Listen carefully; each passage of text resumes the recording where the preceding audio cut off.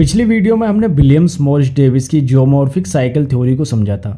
Davis के अनुसार landform development मुख्यतः 3 स्टेज से गुजरता है, यूथ, मैच्योर और ओल्ड, और अंत में एक लगभग समतल सरफेस यानी पेनिप्लेन का निर्माण होता है। लेकिन डेविस की थ्योरी में एक बड़ी समस्या ये थी, उनका मानना था कि टेक्टोनिक अपलिफ्ट पहले होगा, जो आपका विवर्तनिक उत्थान, और जब तक वो होगा जब तक इरोजन शुरू नहीं होता, और जब वो रुक जाता है उसके बाद इरोजन अपना काम करता है। लेकिन वास्तव में क्या ऐसा ही होता है?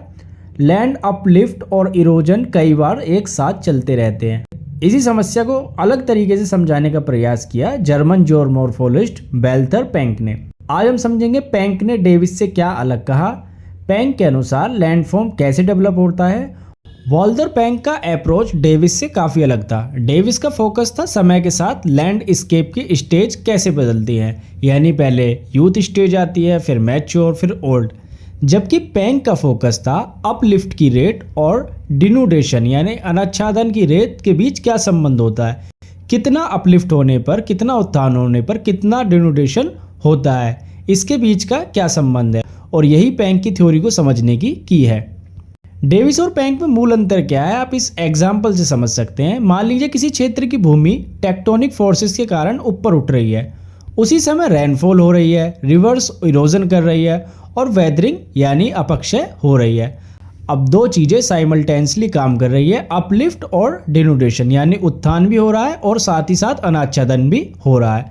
पेंक ने कहा कि लैंडफॉर्म का विकास इस बात पर डिपेंड करेगा कि इन दोनों में से कौन सी प्रक्रिया कितनी तेज हो रही है, अपलिफ्ट ज़्यादा तेज हो रहा है या डिनुडेशन ज़्यादा तेज हो रहा है, और इसी आधार पर आपका जो लैंडफॉर्म होगा वो डेवलप होगा। तो यानी rate of uplift, rate of denudation, यही पेंक की थ्योरी का सबसे इम्पोर्टेंट पॉइंट है। पेंक के अनुसार अपलिफ्ट और डिनुडेशन का क्या संबंध है, तो इसे 3 सिचुएशन में समझते हैं। पहली स्थिति, अगर अपलिफ्ट की रेट बढ़ रही है यानी कि आपके जो उत्थान है वो बढ़ रहा है, तो लैंडस्केप में रिलीफ बढ़ने की टेंडेंसी होगी, यानी कि बहुत ऊंचाई, नीचाई, उच्चावच बहुत ज़्यादा अधिक होगा। दूसरी ओर अगर अपलिफ्ट और डिनुडेशन लगभग समान रेट से चल रहे हैं, यानी हिंदी में बात करें उत्थान और अनाच्छादन यानी अपर्दन और अपक्षय लगभग समान रेट से चल रहे हैं, जितना आपका उत्थान हो रहा है उतना ही आपका अनाच्छादन हो रहा है, जितना अपलिफ्ट हो रहा है उतना ही डिनुडेशन हो रहा है, तो लगभग समान रेट से चल रहे हैं, तो रिलीफ रिलेटिवली स्टेबल रह सकता है। और तीसरी है, अगर अपलिफ्ट की रेट कम हो जाती है, यानी कि उत्थान तो कम है लेकिन डिनुडेशन डोमिनेट करने लगता है, डिनुडेशन ज़्यादा हो रहा है, तो रिलीफ धीरे धीरे कम होने लगता है। यानी पेंक के लिए सबसे इम्पोर्टेंट चीज़ सिर्फ एज नहीं है, जैसा कि डेविस ने कहा था कि यूथ स्टेज में ऐसे होता है, मैच्योर में इतना होता है और ओल्ड स्टेज में समतल होता है। इनका मुख्य है अपलिफ्ट और डिनुडेशन का रिलेटिव रेट क्या है, ज़्यादा क्या है, उसी आधार पर लैंडफॉर्म डेवलपमेंट होगा। अब बात करते हैं पेंक की 3 डेवलपमेंट स्टेजेस कौन सी है। जैसे डेविस की 3 डेवलपमेंट स्टेज थी, यूथ, मैच्योर और ओल्ड, उसी प्रकार पेंक की थ्योरी में भी 3 डेवलपमेंटल स्टेजेस हैं, उन पर बात करते हैं। तो पेंक ने लैंडफॉर्म डेवलपमेंट को अपलिफ्ट और डिनुडेशन की चेंजिंग रेट्स के आधार पर समझाया, और इन फेसेस को ब्रॉडली 3 प्रकार से समझ सकते हैं। पहली है वैक्सिंग डेवलपमेंट, हिंदी में कहें तो आरोही विकास या बढ़ती हुई विकास अवस्था। दूसरी स्टेज है यूनिफॉर्म डेवलपमेंट, समान विकास या समरूप विकास अवस्था। तीसरी है वैनिंग डेवलपमेंट, अवरोही विकास या घटती हुई विकास अवस्था। और ये इनके जर्मन टर्म्स हैं जो आपको दिख रहे हैं स्क्रीन पर, जो बुक्स में मिलते हैं। तो एग्जाम में अगर ये वाली टर्मिनोलॉजी हो तो भी कंफ्यूज मत होना देख के, इन्हें आप एक बार नोट डाउन कर लेना। सबसे पहले बात करते हैं इन 3 स्टेजेस में वैक्सिंग डेवलपमेंट की। वैक्सिंग डेवलपमेंट यानी आरोही विकास, बढ़ती हुई विकास अवस्था। इसमें क्या होता है, अपलिफ्ट की रेट बढ़ती हुई होती है, यानी कि जो आपका उत्थान है वो अधिक होता है। अब सोचिए भूमि तेजी से ऊपर उठ रही है और इरोजन जो है वो आपका उतनी तेजी से जो ऊंचाई है उसको रिड्यूस नहीं कर पा रहा है, तो क्या होगा, रिलीफ बढ़ेगा, यानी उच्चावच बहुत ऊंचा नीचा होगा और ऊंचाई और ढाल बढ़ने लगेंगे। इसी प्रकार की डेवलपमेंट में कॉन्वेक्स स्लोप की टेंडेंसी देखी जाती है। और याद रखने का आसान तरीका है, वैक्सिंग बराबर अपलिफ्ट बढ़ रहा है और रिलीफ बढ़ रहा है और कॉन्वेक्स टेंडेंसी। लेकिन यहाँ एक बात ध्यान रखें, पेंक के लिए केवल यूथ स्टेज जैसा कोई फिक्स एज कॉन्सेप्ट नहीं है, यहाँ मुख्य बात है प्रोसेस की और रेट की। तो जो सबसे पहली स्टेज है आपकी वैक्सिंग डेवलपमेंट, इसमें क्या होता है, अपलिफ्ट बहुत तेज होता है, उतनी तेजी से डिनोडेशन नहीं होता है, और उससे क्या होता है, रिलीफ भी बहुत अधिक होता है, और उससे आपके कौन से स्लोप तैयार होते हैं, कॉन्वेक्स स्लोप। दूसरी स्टेज है यूनिफॉर्म डेवलपमेंट, समान विकास या समरूप विकास अवस्था। यहाँ जो है आपका जो उत्थान है, अपलिफ्ट है, उसकी रेट रिलेटिवली यूनिफॉर्म रहती है, यानी जितना अपलिफ्ट हो रहा है उतना ही डिनोडेशन भी हो रहा है। तो इससे क्या होता है, इस सिचुएशन में रिलीफ बहुत तेज इंक्रीज या डिक्रीज नहीं होता, ना तो एकदम से रिलीफ बढ़ जाता है कि बहुत ज़्यादा उच्चावच है, और ना ही बहुत ज़्यादा घट जाता है, लगभग स्टेबल रहता है। इसमें रिलेटिवली स्ट्रेट स्लोप विकसित हो सकती है। तो यहाँ याद रख सकते हैं जो वैक्सिंग है वो है आपकी आरोही विकास। इसमें कौन सी स्लोप बनते हैं, कॉन्वेक्स, जिसे हिंदी में उत्तल कहते हैं। फिर दूसरी आपकी यूनिफॉर्म, जो समान है, समान विकास की अवस्था है, उसमें आपके कौन से ढाल भी होते हैं, सीधे ढाल।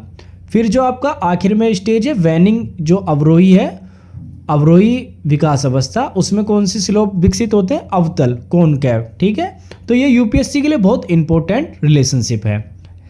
बात करते हैं पेंग की थ्योरी की, जो थर्ड स्टेज है वेनिंग डेवलपमेंट, यानी अवरोही विकास या घटती हुई विकास अवस्था।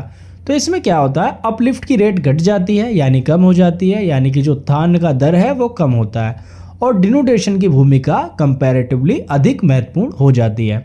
नदियाँ वेदरिंग और मास वेस्टिंग लगातार रिलीफ को रिड्यूस करते हैं, और इसलिए लैंडस्केप धीरे धीरे कम ऊंचा और कम स्टीप हो जाता है, यानी कि यहाँ पर अब ज़्यादा ऊंचा आपका लैंडस्केप नहीं होता है, और यहाँ कॉनकेव स्लोप विकसित होने की टेंडेंसी होती है। पेंग की थ्योरी में कुछ इंपॉर्टेंट लैंडफॉर्म टर्म्स भी मिलते हैं, तो उन्हीं में से एक है प्राइमा रूम्फ, जो जर्मन भाषा में जिसको प्राथमिक धड़ी या प्राथमिक मैदान भी कहते हैं। यह एक रिलेटिवली लो रिलीफ सरफेस से संबंधित है, यानी ज़्यादा उच्चावच इसमें नहीं होता, जो लैंडस्केप डेवलपमेंट की शुरुआती जियोमॉर्फिक कंडीशन को समझने में मदद करता है। और दूसरा है एंडारूम्फ, लॉन्ग टर्म डिनोडेशन के बाद विकसित होने वाली रिलेटिवली लो रिलीफ सरफेस को पेंग के फ्रेमवर्क में एंडारूम्फ से जोड़ा जाता है।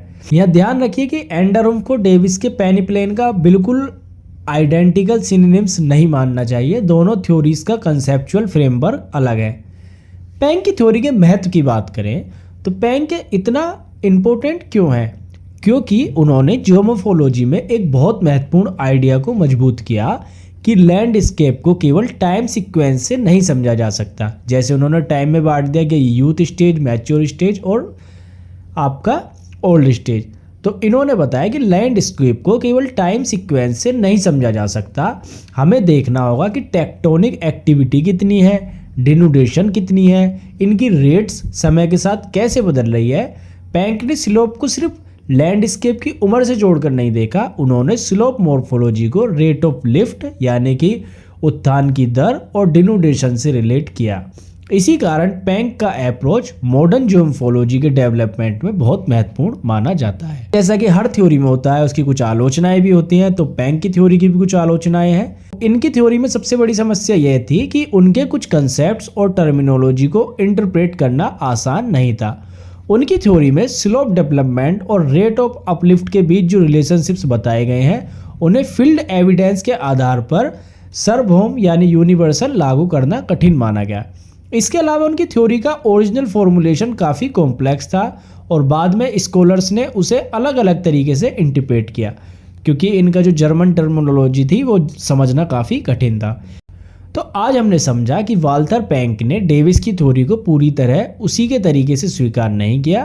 पेंग के लिए सबसे इंपॉर्टेंट क्या था, अपलिफ्ट की रेट यानी कि उत्थान का दर, और डिनोडेशन की रेट यानी जो आपका अपर्दन और अपक्ष है उसकी क्या दर है। इसी आधार पर स्लोप डेवलपमेंट को समझाया जाता है, जिसमें वैक्सिंग, जो आपकी वैक्सिंग स्टेज है आरोही, उसमें कॉन्वेक्स स्लोप होते हैं, जो यूनिफॉर्म है उसमें स्ट्रेट स्लोप होते हैं, और जो वेनिंग है अवरोही है उसमें कॉनकेव यानी अपतल स्लोप विकसित होते हैं। तो अगर डेविस को समझने के लिए आपको यूथ, मैच्योर, ओल्ड याद रखना है, तो पेंग को समझने के लिए सबसे पहले याद रखिए रेट ऑफ अपलिफ्ट यानी उत्थान की दर, रेट ऑफ डिनोडेशन यानी अनाच्छादन की दर, और बराबर लैंडस्केप डेवलपमेंट।